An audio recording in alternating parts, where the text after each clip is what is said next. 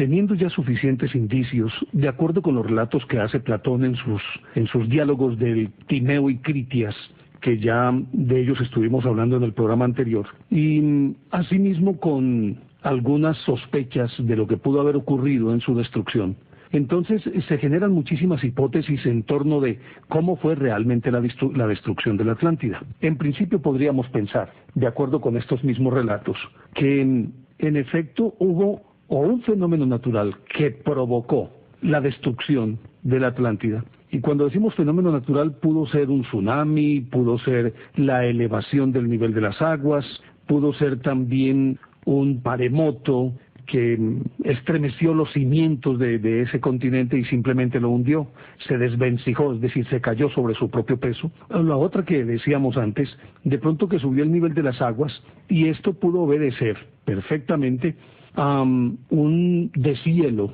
o una desglaciación que más o menos es correspondiente, como de hecho históricamente ocurrió, es correspondiente con la misma época de la que supuestamente data la destrucción de la Atlántida, de acuerdo con estos mismos relatos. Pero sobre ello creo que podemos volver un poco más tarde, porque la otra hipotética causa de la destrucción de la Atlántida pudo nacer de la avaricia, la codicia, de la ambición, de la ira y de los celos de los mismos atlantes, y por lo tanto pudo darse una guerra, dijéramos, lo civil entre ellos, y que ese enfrentamiento llevó a la destrucción, entendiendo además que era una isla que no tenía un gobierno único, sino que gobernada por 5 reyes, estos en una especie de consejo, se reunían para determinar qué debía hacerse y qué no debía hacerse en planes quinquenales. Algo así podría asimilarse como a lo que sucede hoy con la Comunidad Económica Europea. Es decir, cada región tiene autonomía, tiene su nacionalidad, tiene su soberanía, pero es regida en común por patrones previamente establecidos por todos los miembros de una comunidad como esta. Probablemente aquella fue una federación en la que las principales decisiones se tomaban de manera conjunta, pero pudo darse el que uno o varios de ellos tuvieran la suficiente codicia y ambición como para aplastar a los otros, o simplemente se aliaran unos con otros contra el resto. Si eran 5, pudieron ser perfectamente 2 contra 3, o 2 contra 2 y uno de ellos neutral, o 2 contra 1 y los otros 2 neutrales. En fin, se podrían dar muchas variables en este sentido. Pero lo cierto es que si nos atenemos a la tecnología que supuestamente poseía una civilización o una sociedad de estas características, cabe dentro del terreno de las probabilidades que entonces sucumbieran ante una conflagración nuclear o una guerra convencional, pero con armas supremamente sofisticadas. Pero de acuerdo con las descripciones, si nos atenemos a lo que deja entrever Platón, porque entre otras cosas, en el momento en que él va a comenzar la descripción real de lo que ocurrió para que la Atlántida desapareciera, en ese momento se interrumpen estos diálogos. Ya lo demás entra en el terreno de la especulación. Pero deja entrever, eso sí, que fue un día y una noche terribles en los que se sucedieron incendios, el nivel de las aguas subió, los huracanes, bueno, todas estas cosas, que perfectamente podrían ser provocadas de manera artificial, dado que en el evento de que se explote una bomba atómica, inmediatamente se genera un desequilibrio en la atmósfera, por los vientos que surgen, por la elevación de las temperaturas, por la forma como se enrarece el aire, es decir, por un montón de cosas, y obviamente que esto significaría ni más ni menos que la destrucción podría ser vista por un observador ajeno, un tercero, como si fuera una noche terrible de un evento, dijéramos, lo natural, pero en efecto fue provocado. Por lo tanto, si esa ambición se dio y se llegó a una instancia como estas y se poseía la suficiente tecnología, es apenas comprensible y explicable que desapareciera toda esa masa de tierra que, entre otras cosas más que una isla, a juzgar por las dimensiones, debería ser considerada como todo un continente, rodeado de un conjunto de islas, de archipiélagos, que servirían de puente para ir saltando a otros continentes. Y para corroborar esto, dada esa tecnología, podríamos tener como referentes algunos textos que son antiquísimos y que hasta mediados del siglo XX todavía causaban sorpresa y sensación, porque describían situaciones que todavía no eran conocidas con el hombre, pero que luego de la fisión nuclear, después de que se explotó la primera bomba atómica el 16 de julio de 1945 en Alamogordo, México, y posteriormente el 6 de agosto de 1945 en Hiroshima, y luego 3 días más tarde en Nagasaki, la otra bomba, pues a partir de ahí sí pudieron tener como un referente para poder entender las descripciones que se hacen en algunos textos antiquísimos de miles de años, como es el caso, y lo mencionamos también lo mencionamos de pasada, como los que describen en el Mahabharata, en el Ramayana, en los Veda, en los Rig Veda, que en todos hay alguna referencia, pero obviamente que el Mahabharata es el más puntual y el que se explaya en mayores detalles alrededor de estos ingenios que poseían los dos contrincantes que libraron una batalla a muerte en la que el bien supuestamente venció al mal, Arjuna, el guerrero y todas estas cosas. Si nos remitimos allí a estos textos, entonces tendríamos que aceptar de un tajo que en efecto no solamente poseían ingenios volantes, sino que además tenían una tecnología altísima en la que una bomba atómica o estas armas terribles eran parte de la vida cotidiana de esa sociedad que vivió en aquella época en la que se escribió el Mahabharata. Pues miren, de acuerdo con esto, el Mahabharata, que es un libro indio que tiene 200.000 versos y que se supone fue escrito hace 3.500 años, describen una tecnología que a todas luces, si cerramos los ojos y hacemos una composición del lugar, nos remite inmediatamente a lo que está ocurriendo hoy en el mundo con la tecnología que se posee, una visión clara de lo que podría ser una guerra atómica. El Mahabharata, entre otras cosas, fue traducido en 1884 por primera vez. Y en aquella época, que hablaran de estos ingenios en ese libro era ni más ni menos que o una farsa o una utopía o simplemente producto de una mente febril, es decir, un loquito que había escrito esto. Pero resulta que allí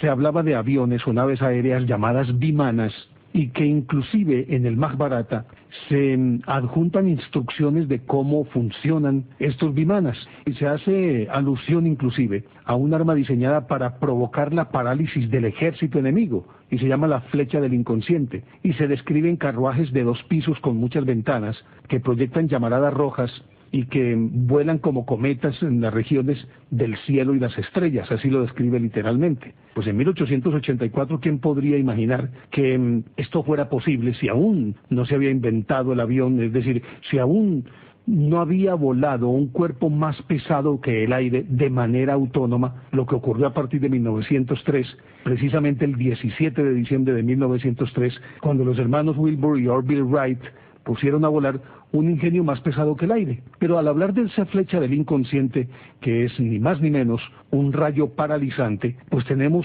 el láser. Pero al mismo tiempo, en la descripción del fuego, nos lleva inmediatamente a pensar en las bombas atómicas. Voy a leer una parte del Mahabharata en la que habla precisamente de cómo se desarrolló esa batalla. Miren, un solo proyectil, estoy leyendo, un solo proyectil cargado con toda la potencia del universo, una columna incandescente de humo y llamas, tan brillante como 10.000 soles, se alzó en todo su esplendor. Era un arma desconocida, un rayo de hierro, un gigantesco mensajero de la muerte que redujo a cenizas las razas de Vrishnish y Andakas, los enemigos contra quienes se utilizó. Los cadáveres estaban tan quemados que resultaban irreconocibles.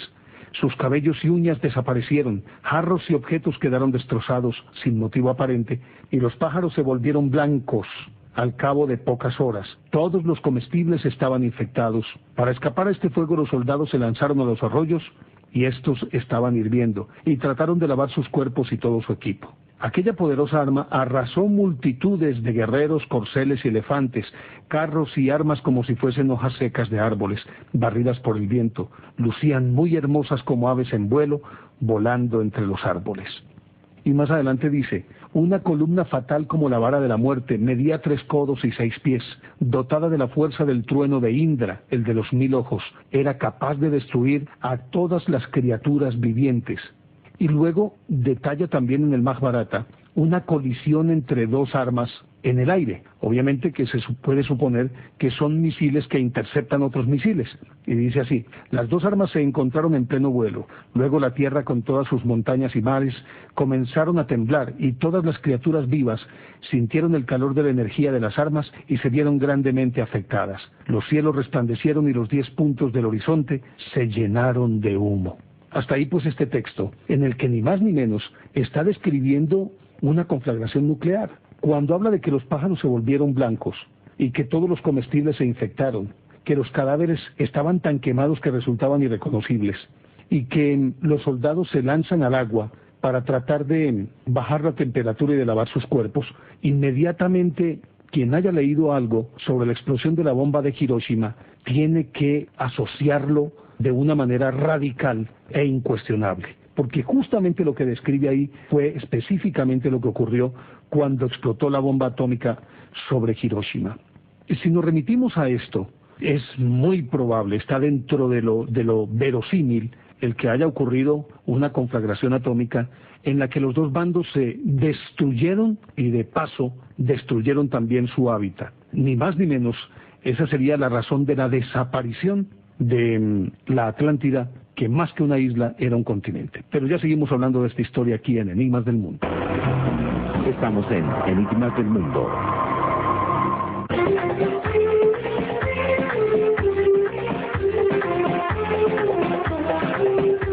Y para reforzar esta teoría, podríamos también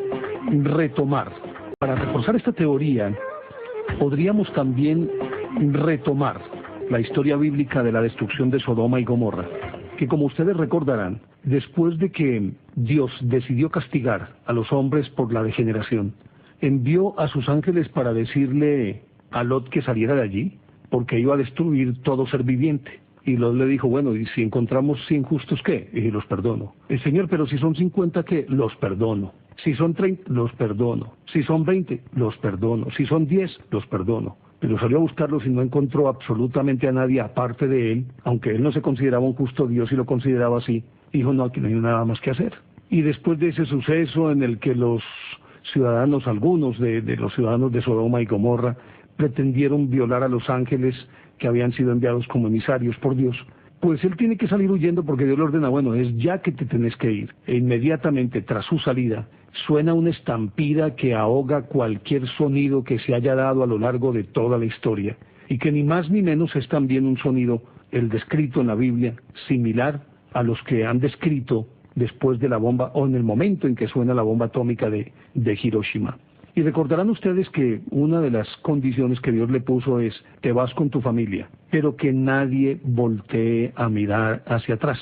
Sin embargo, la curiosidad femenina puede más, y entonces Sara, la esposa, mira hacia atrás y queda convertida en una estatua de piedra, calcinada. Uno diría: bueno, si ella volteó a mirar y recibió toda esa radiación y quedó calcinada, ¿por qué quienes iban caminando cerca de ella y que naturalmente estaban dando la espalda, por qué a ellas no les pasó lo mismo? Pues en principio se podría llegar a pensar que el solo hecho de ver de frente ese hongo atómico y lo deslumbrante de esa luz pudo haber producido un efecto paralizante en su cuerpo. Es una elucubración de mi parte, es simple y llanamente una especulación. Pero lo cierto, y sobre esto de la destrucción de Sodoma y Gomorra, haremos un programa próximamente, pero así solamente como un pequeño adelanto. Se sabe que de acuerdo con exámenes, con contadores Geiger y todas estas cosas, han encontrado que el nivel de radioactividad que hay en el Mar Muerto es uno de los más altos del mundo, y que las rocas, aun aquellas que están sumergidas en el mar, tienen la característica de estar absolutamente vitrificadas, es decir, calcinadas.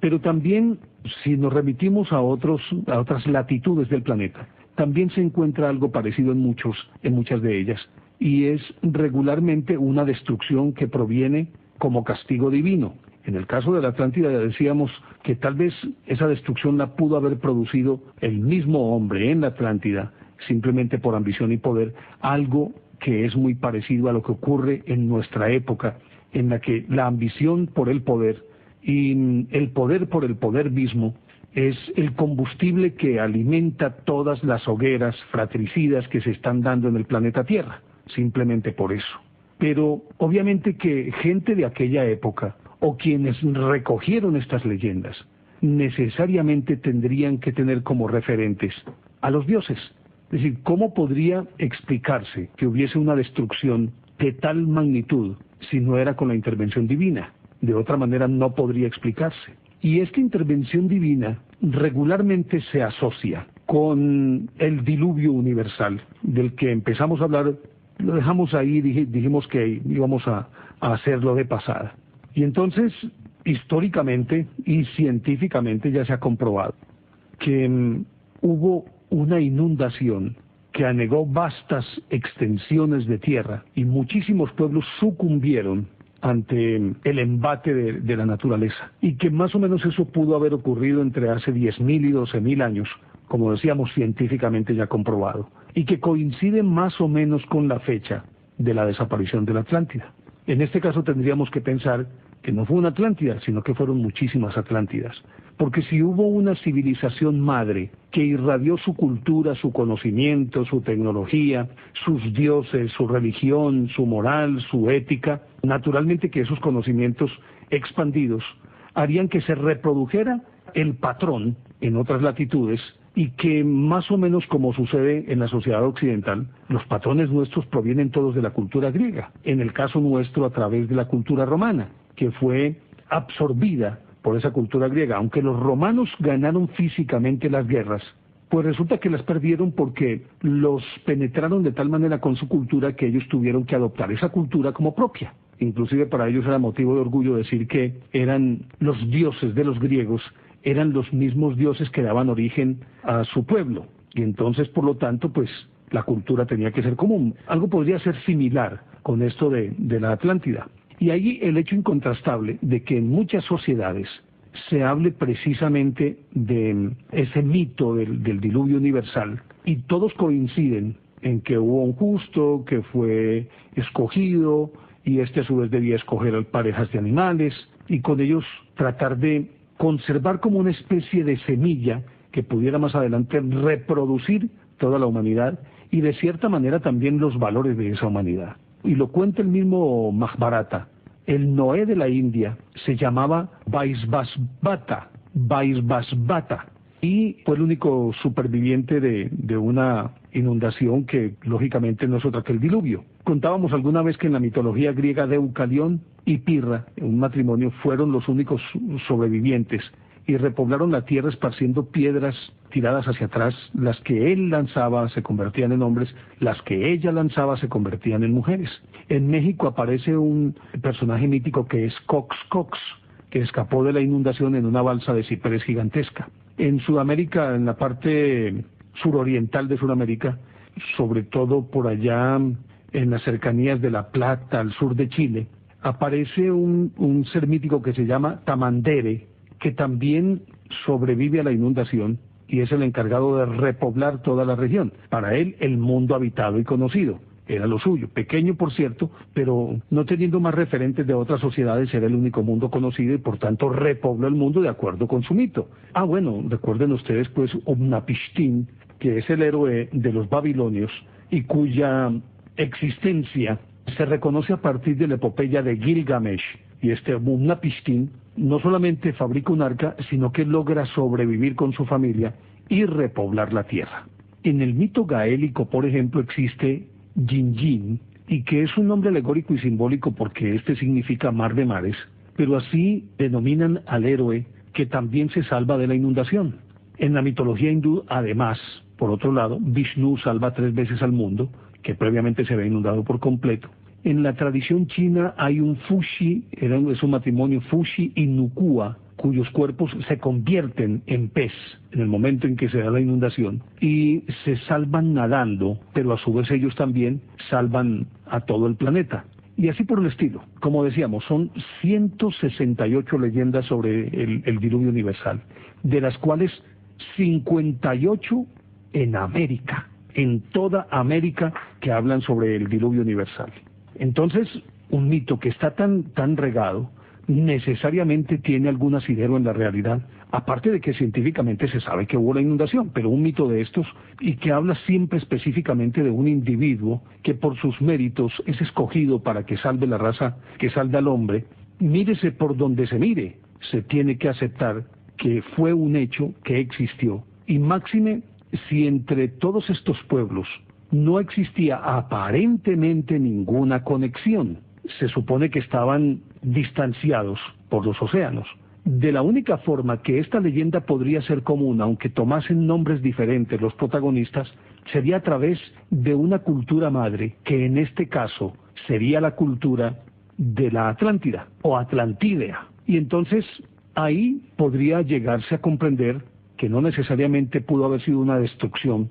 producto de la codicia del hombre, sino simplemente de los elementos de la naturaleza. Y esto también podría reforzar la existencia de la Atlántida si recorremos el mundo y encontramos que regularmente, tanto en Europa como en Asia, como en América, como en África, hay ruinas de ciudades en los bajos fondos de los mares que bordean a estos continentes. Es decir, en las partes menos profundas, en la isla de Rodas, por ejemplo, se encuentran vestigios de que allí hubo un pueblo. Gran parte de Alejandría está sumergida. Si se busca en el Indo, también se encuentran ruinas que aparentemente pertenecen a ciudades que estas fueron destruidas por algún fenómeno de la naturaleza. Se sabe sí que cuando ocurrió ese deshielo que originó el famoso diluvio universal, como se le conoce, fue un proceso de desglaciación, y el nivel de las aguas antes del diluvio estaba 100 metros más abajo. Es decir, cuando ocurrió la inundación, el nivel de las aguas, algunos dicen que inclusive pudo llegar a 200 metros, es decir, subió 200 metros. 200 metros de altura podrían ser, 2 veces, no, creo que 3 veces o 4 veces el edificio Avianca. Y estoy tomando como punto de referencia que el edificio Avianca puede tener 50 metros de altura. Bueno, no le pongamos que, porque no sé las medidas, pero sí pongamos el Empire State. El Empire State tiene 100 metros, 104 metros de altura, algo por el estilo. O sea que sería el doble. Ustedes imaginan esa masa de agua, lo que puede haber inundado y la tragedia que pudo haber causado. Entonces, con esto se está ratificando que haya sido cualquiera de las dos posibilidades, la causa de la destrucción. Hubo una enorme destrucción que después fue mitificada por los pueblos que vinieron posteriormente, pueblos primitivos que tuvieron que no solamente rehacer su tecnología, sino también y muy particularmente su pensamiento, su cultura y su filosofía. Y por eso observamos que en todas estas sociedades siempre aparecen dioses civilizadores que son posteriores al diluvio, y esos dioses civilizadores se encargan como de sembrar los rudimentos de la agricultura, los rudimentos de la tecnología, es decir, las bases para fabricar herramientas, y ciertos rudimentos culturales que incluyen religión, pensamiento, filosofía, arte y otras cosas por el estilo. Entonces, después de eso, prácticamente germina un nuevo mundo, no porque el planeta se haya destruido, sino porque quienes poblaban el planeta de manera mayoritaria, esas culturas desaparecieron. Entonces tuvieron que llegar esos dioses civilizadores, y se encuentran en muchas sociedades del planeta. Pero ya seguimos hablando de esta historia aquí en Enigmas del Mundo. Ya regresamos, Enigmas del Mundo.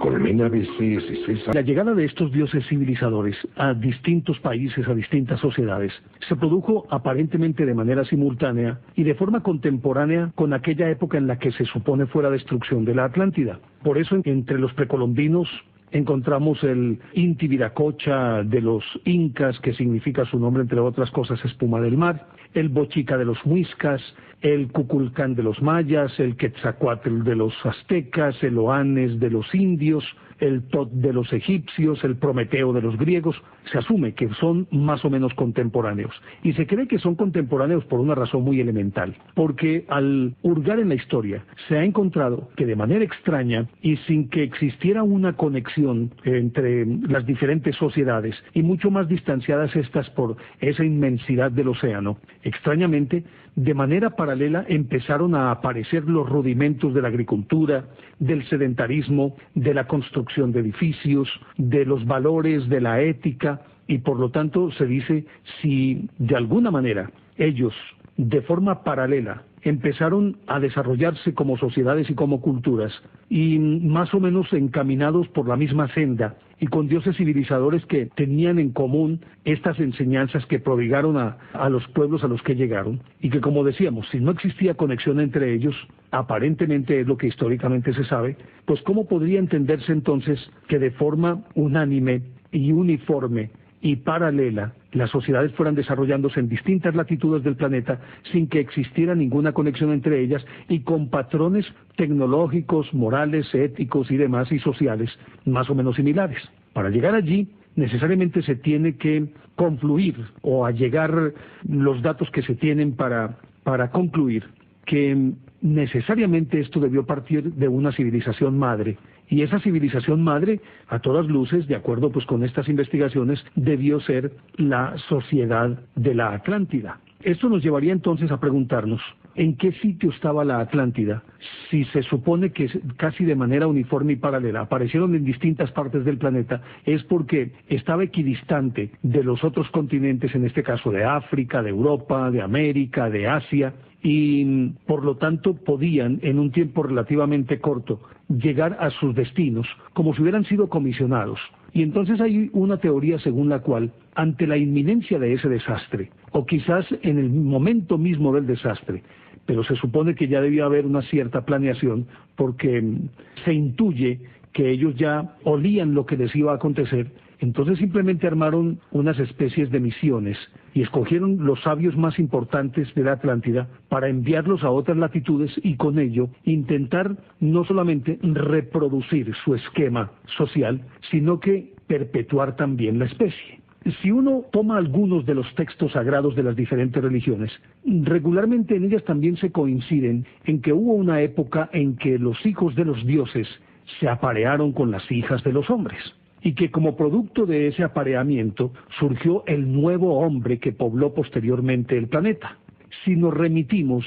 a la versión de la desaparición de la Atlántida, que tiene que ver con el diluvio, este se podía prever y entonces pudieron salir antes de que el evento ocurriera. Si es una guerra, también pudieron haber previsto que toda la tecnología que poseían los llevaría inexorablemente a la destrucción y por lo tanto intentaron salvar algo del conocimiento, algo de la tecnología y sobre todo de los valores éticos, sociales y morales. Y entonces, vistos estos individuos en esas sociedades a las que llegaron, sociedades que estaban todavía sumidas en un estadio primitivo de su desarrollo, pues lógicamente cuando llegan y se aparean, no solamente mejoran la raza con una hibridación que da un mejor producto, es decir, mejores ejemplares por una parte, pero al mismo tiempo también el conocimiento ayuda a que esa sociedad primitiva acelere su paso evolutivo y en cuestión de, no de miles de años, sino tal vez de cientos de años, hayan alcanzado un desarrollo tecnológico que no es consecuente con la época en que vivieron. Y eso podría también ser uno de los puntales para sostener la teoría de que en efecto, por ejemplo, los egipcios, los de aquella época fueron los que construyeron la pirámide, o que se basaron en conocimientos que les habían llegado precisamente de aquellos atlantes que fueron lanzados como en una especie de bote de salvamento, no solamente para salvarse ellos, sino para salvar el pensamiento y salvar toda la tecnología y el conocimiento que se poseía hasta ese momento. Si esto es cierto, entonces ahí sí se puede aceptar incondicionalmente que entonces el surgimiento de los rudimentos de civilización que fueron paralelos, aunque no hubiese conexión entre esos pueblos primitivos, era dable a partir de estos personajes que aparecieron de una manera muy extraña y que los mitos de los orígenes de estas sociedades regularmente los ubican o descendiendo del cielo, y recordemos pues que ya poseían la tecnología de los vimanas, es decir, ingenios volantes, de acuerdo con lo que estábamos contándoles hace un momento sobre la batalla que se desarrolló en la India y que narra el Majábharata, o llegaron por el mar, como es el caso de quienes vivían a este lado del océano, y en este caso serían pues los aztecas y los incas, que recordarán ustedes coincidencialmente, al parecer de acuerdo con los ciclos astronómicos que ellos manejaban, era la época en que debían regresar los dioses, porque esa es otra de las características. Todos estos dioses civilizadores llegan, cumplen con su misión, y tan misteriosamente como han llegado, así misteriosamente desaparecen, pero siempre dejan la promesa de que volverán. Y entonces, prevalidos de esa esperanza, los pueblos no solamente organizan todo un culto alrededor de esa segunda venida, sino que los esperan con muchísima ansiedad. Y por lo tanto, cuando llegan los españoles aquí, fue fácil el que ellos pudieran dominar a incas y aztecas simple y llanamente porque ellos mansamente se entregaron. Y se entregaron porque, de acuerdo con la tradición oral, esos dioses eran blancos, de ojos azules, cabello rubio y barbados. Y con mayor razón, si llegan montados en unos animales que a la vista de los nativos eran un solo individuo, hombre y caballo eran un solo individuo, lo que llamaríamos entonces un centauro, y con mayor razón ellos simplemente se doblegan. Pero si se le agrega el que estos ya usaban armas de fuego, este fuego se asemeja al trueno que manejaron los dioses y que es tradicional, por ejemplo el Thor de los escandinavos, el Zeus de los griegos, que eran los dueños del rayo y del fuego. Todos estos elementos hacen que entonces no solo se entreguen mansamente, sino que al mismo tiempo se plieguen a los dictados y se plieguen también a los valores y todos los conocimientos que ellos les van entregando a lo largo de esa estancia aquí. Y si esto es verosímil, pues, o si podemos decir que en efecto está dentro de todas las probabilidades, tendríamos que retornar entonces a pensar dónde estaba esa tierra mítica de la que ellos vinieron, porque como decíamos, los que vienen del mar regularmente dicen aquí en América que venían del oriente, o sea que venían pues por el océano Atlántico, venían hacia el occidente. Pues lógicamente que si esto es así, esa tierra de la que provenían debía estar en algún lugar en medio de ese océano Atlántico. Pero entre otras cosas también porque se llama Atlántico. Porque recordarán ustedes cuando estuvimos hablando de Atlas, que era el gigante que sostenía la bóveda celeste y que estaba más allá o estaba ubicado en las columnas de Hércules que marcan el fin del mundo para los antiguos, que son lo que corresponden hoy al Peñón de Gibraltar y al Peñón de Ceuta, que es el paso más angosto entre África y Europa por el Mediterráneo. Este gigante Atlas le da el nombre, como decíamos, después de que Poseidón funda esta ciudad, que toma a su hija a Clito, para a partir de ahí generar todo este pueblo. Pues resulta que entonces es comprensible que se llame Atlántico. Y de ahí a que se llame Atlántida, no se sabe si es primero el huevo o la gallina o el huevo. No se sabe si procede de Atlas o Atlas procede de Atlántico. Lo cierto es que si buscamos un montón de patronímicos, encontraremos que no solamente es el Atlántico, sino que hay Antillas, y que antes se llamaban Antilias, y todas estas raíces, algunos la asocian inclusive con los mexicanos, con los aztecas, que tenían siempre esas dos letras PL como uno de las bases, de los puntales de todo su idioma. Por eso el chocolate no es chocolate, sino chocolatl, termina en TL, tomatl, aguacatl. TL siempre está presente, y por eso hay un lago de Atitlán y así cosas por el estilo. Inclusive en los mitos de los aztecas también existía una isla remota enorme, que no es otra cosa que un continente, y esa isla para los mayas y los aztecas se llamaba Aztlán. Y entre otras cosas, si todavía no habían sido, pues no había llegado aquí Colón, ellos no tenían por qué saber que eso se llamaba el Atlántico. Sin embargo, ellos lo llamaban Aztlán, y ese Aztlán era ni más ni menos la Atlántida de los europeos, y que además el soberano de ese Aztlán se llamaba Atlanteotl, termina en TL. Todas estas cosas nos llevan a pensar que entonces hubo una sociedad matriz de la que se derivaron los conocimientos que hoy poseemos, o por lo menos las bases de esos conocimientos que hoy no solamente poseemos, sino que ejercitamos, y que obviamente le dieron el nacimiento a todas las grandes naciones, a todos los pueblos. Y volvemos entonces a dónde está ubicado. De acuerdo con esto, estaría en el medio del Atlántico. Pero resulta que el Atlántico es tan inmenso que, de acuerdo con los últimos estimativos, esta Atlántida recorrería desde casi Alaska hasta la Tierra de Fuego, en el medio de África y de América, y que llegaría, por ejemplo, inclusive arriba de España, se metería por el otro lado de América, arriba de casi que a Terranova, y por lo tanto sería una masa súper inmensa, que no tendría nada que ver con una isla, sino con realmente un continente. Y por eso aparece la Atlántida en tantos sitios, de ella se habla en tantos sitios, El original, pues, se supone que entre las Islas Azores y el Mar de los Sargazos, pero como decíamos, de acuerdo con estas estimaciones que se tienen ahora, sería mucho más grande. Y por lo tanto, se ha buscado por los lados también de Australia, se ha buscado en muchas otras partes. Recordarán ustedes que estuvimos hablando del Mediterráneo, de aquel famoso desastre de la isla de Santorini, otros le dicen Santorini, otros lo conocen como la isla de Thera, y que fue destruida por un volcán 1500 años antes de Cristo. Entonces, allí puede haber una Atlántida, o una parte de la Atlántida. La otra parte de la Atlántida puede estar más allá de las columnas de Hércules, o sea, en la mitad del Atlántico, entre las Azores y el Mar de los Sargazos, o sea, lo que hoy conocemos como el Triángulo de las Bermudas. Si se sigue buscando, en la Antártida también se supone que fue la Atlántida, y esto tal vez partiendo de los famosos mapas de Piri Reis, que hacen un perfil exacto de la Antártida descubierta de hielos, como era hace más de 12.000 años. En fin, hay de todo y para todos, pero sí aparece algo que es supremamente sugestivo, de lo cual hablaremos en un instante. Estamos en Enigmas del Mundo.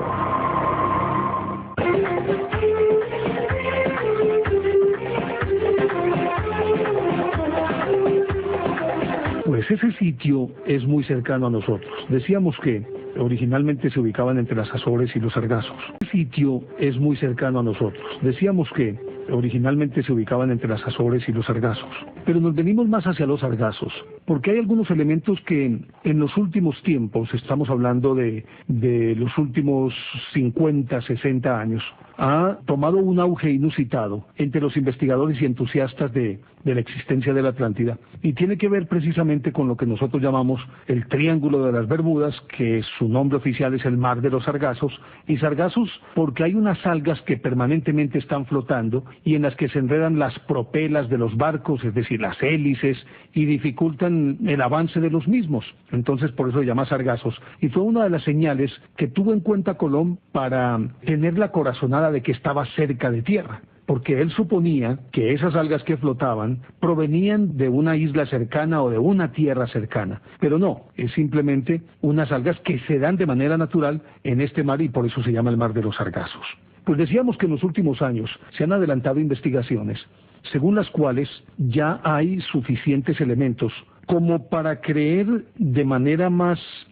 clara, no digamos lo definitiva, pero sí por lo menos de una manera se ha limpiado el camino, por decirlo de otra forma, hacia la ubicación de la Atlántida. Pues resulta que allí hay un conjunto de islas que ya las conocemos, las Antillas Mayores, las Antillas Menores, está Puerto Rico, está pues Cuba, República Dominicana, y ese triángulo formado entre Puerto Rico, República Dominicana y la Florida se supone que es el Triángulo de las Bermudas, pero realmente va más allá de ese triángulo específicamente. Y entonces entre todas estas islas hay una que se llama Bimini. Es más que una isla, no dijéramos lo que es un atolón, sino más bien como es un islote, más bien una cosita muy minúscula, muy pequeña. Y resulta que en sus inmediaciones algunos investigadores, intentando develar el misterio del Triángulo de las Bermudas, se dedicaron a bucear en ese contorno y encontraron varias cosas que no solamente llaman la atención, sino que causan asombro. Pues resulta que lograron fotografiar un muro de varios metros de longitud, y eso le ocurrió al explorador submarino Rebikov, que anunció que no solamente había un muro, sino que encontró una especie de cámara que, entre otras cosas, parecía como si estuviera sellada. Pero un poquitico más allá observó una especie de canal de 550 metros de longitud, bordeado de muros tallados en la misma roca. Y resulta que estos muros son bloques sumergidos de más o menos unos 5 metros de largo por 5 de ancho y medio metro de altura, y unidos unos a otros, y cuyo peso de cada unidad es más o menos de unas 25 toneladas aproximadamente, y están unidas con un cemento seco compuesto de una greda o tierra arenisca que es supremamente fuerte, que es muy fuerte y que es muy difícil que ella pueda agrietarse. Resulta que está la cámara, están estos muros,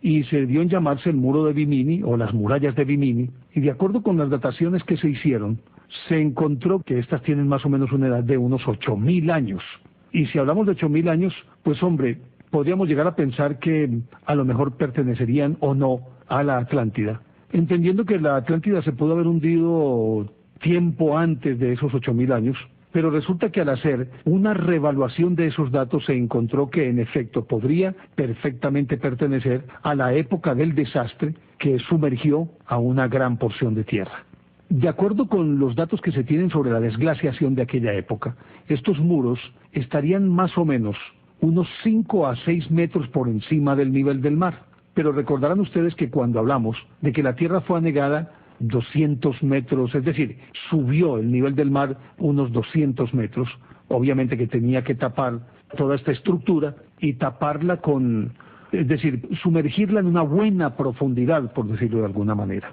Pero luego se hicieron más exámenes y llegaron a la conclusión de que el nivel del mar sobre el cual